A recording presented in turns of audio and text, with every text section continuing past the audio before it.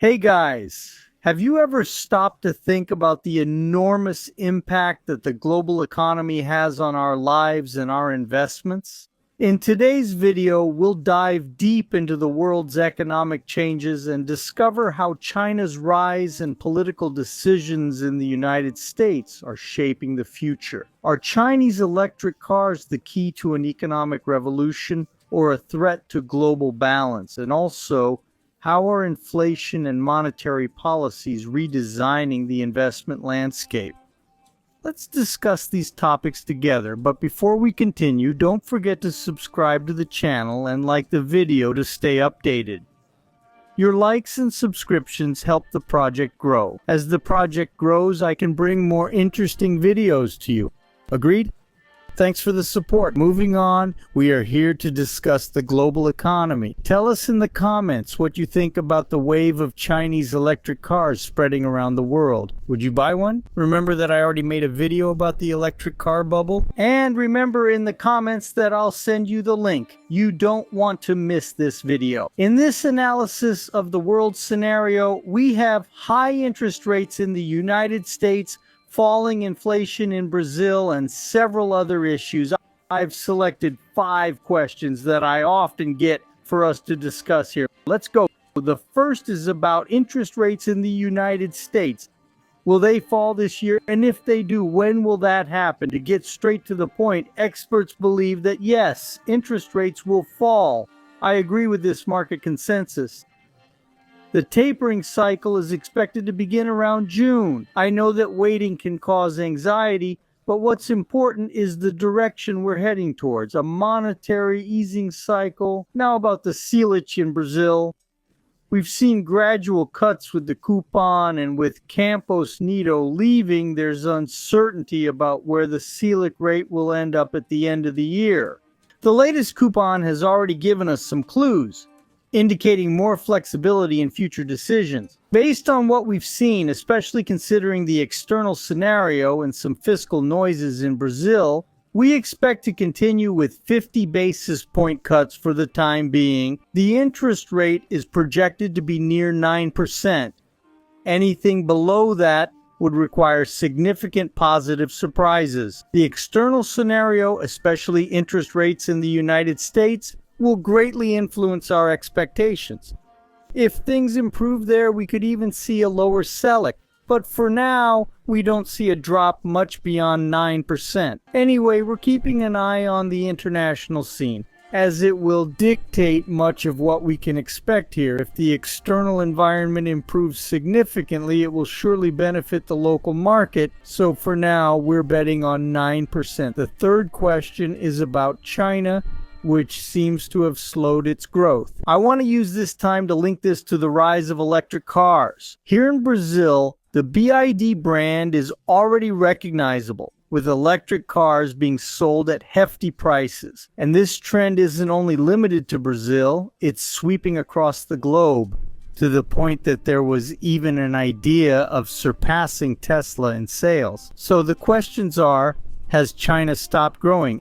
And the Chinese electric cars, could they be the key to the country's economic rebound, given that the real estate sector, which makes up 30% of the economy, has been struggling for a while? For China, it's clear that they will need to reshape their economic model. The previous strategy, mainly focused around construction, no longer seems sustainable. Massive investment in the sector created a sort of snowballing situation with diminishing returns over time. An interesting analogy I heard from a recent guest is that if China were a person with the flu, the best thing to do would be to get some rest. However, the situation is more complex than just taking a few days to recover. Despite China's attractive valuations, we've noticed an investment shift towards other places like Japan and other emerging markets. The Japanese stock market, for instance, has recently hit its historical peak.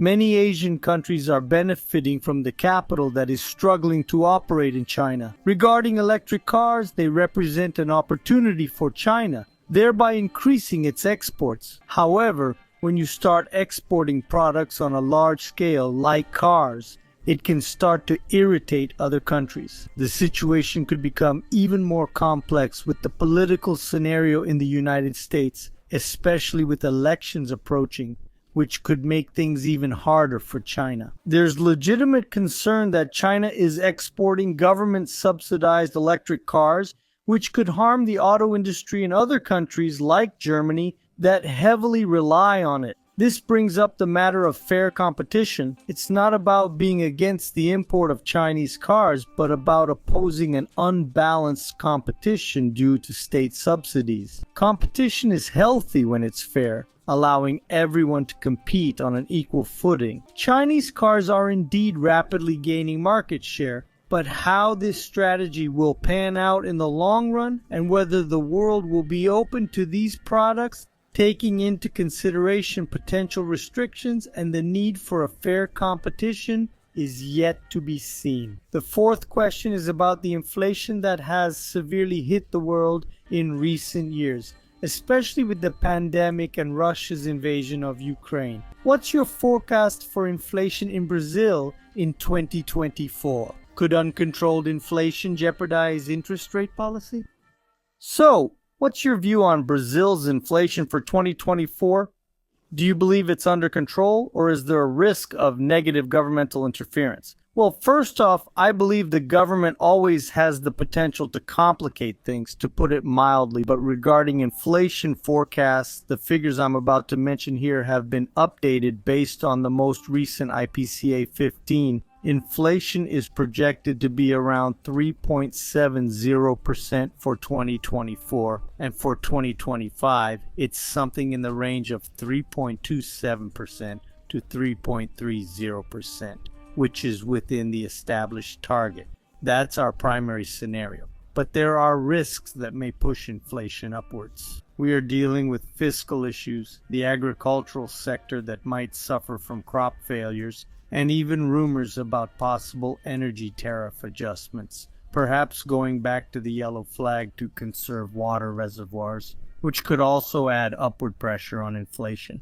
Overall, the outlook is for reasonably controlled inflation, which may represent good investment opportunities considering the real interest rate currently available. I think inflation at this level would not discourage the government from reducing CELIC, even including the risk of the government becoming too permissive with monetary policy after Campos Neto's departure. Switching to Europe, the question is Europe done? Is it not going to grow anymore? It seems that the region is stagnant. Could China be affecting Europe by producing better quality and cheaper items? Germany, which used to be Europe's engine, no longer appears as strong as it once did. What is happening to Europe, which is not talked about as much as the United States or China? The situation in Europe is definitely quite complicated.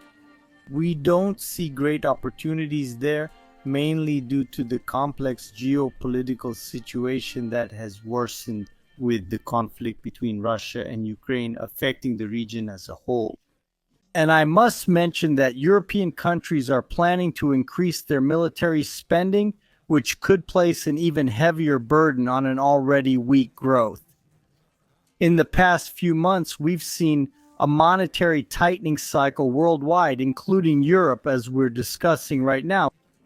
But comparing to the United States, which also went through a significant monetary tightening, the American economy seems to be in a much better situation.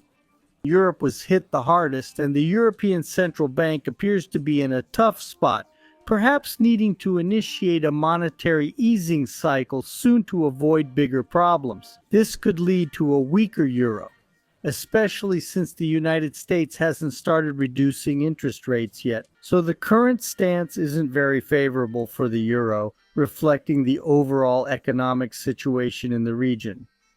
As for Donald Trump, he has been criticizing China for a while now, accusing it of unfair practices like dumping. If he's reelected, this could continue and even affect inflation in the U.S. Trump has a strong rhetoric against China and has stated he might opt to negotiate given a viable alternative. He may start with a high demand but end up closing the deal on more moderate terms. Trump is likely to place some barriers on Chinese imports to protect the American economy, which is understandable considering China also imposes restrictions on foreign goods. It's a matter of reciprocity. There are criticisms about the US wanting to ban apps like TikTok over security concerns. In China, several Western platforms and services are banned. So it's a complex situation that needs a balanced approach. Let me know in the comments, would you buy a Chinese electric car at an affordable price like the bid models that can be charged at home? I want to know what you think. If you liked the video, please like, share, and subscribe. Hints of upcoming videos are popping up above now that are totally worth watching. I'll see you in the next video. See you later.